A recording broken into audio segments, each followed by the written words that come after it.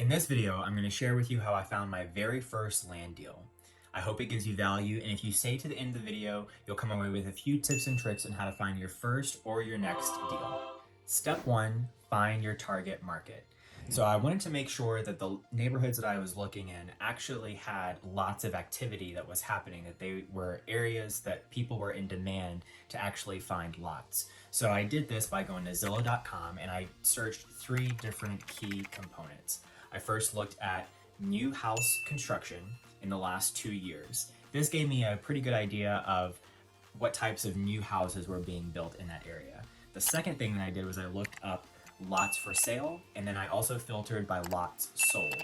That way I got a really good understanding of how much inventory or how many lots were available in that particular neighborhood, if they were selling, how much they were selling for, and it gave me a good idea of if this was a desirable neighborhood or not.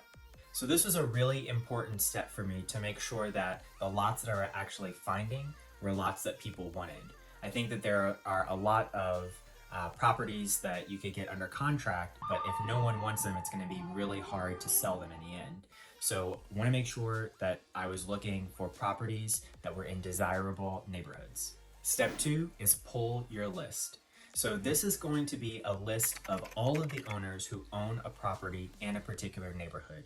So once I figured out exactly what neighborhoods I wanted to target, I went to a platform called Regrid, and I actually pulled a list of all owners who owned lots in that particular neighborhood. My filters for that were vacant. I didn't want any type of houses being built on them. And the second is that the owner lived out of state. So we're looking for vacant and owners live out of state to filter my list by. And the main reason why I wanted out of state owners is because people who own property but live in a different state are much less likely to want to keep that lot.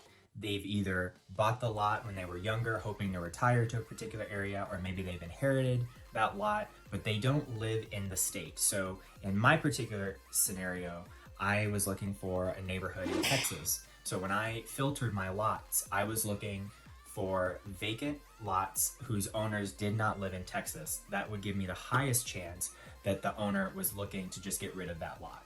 Step 3 is skip trace your list. So once I had a list of all of the owners who owned vacant lots in my target neighborhood, I needed to find their contact information.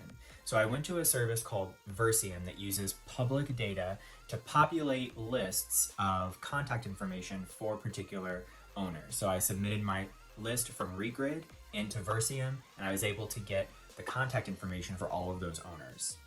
Step 4 is contact the owners. So once I got the skip trace information back from Versium, I had phone numbers, both landlines and cell phones. I had their mailing address and sometimes their email address. My favorite thing to do is text the owners because you get an immediate response right away. It's a really high response rate. I also have had really good luck with calling the owners and just having a conversation.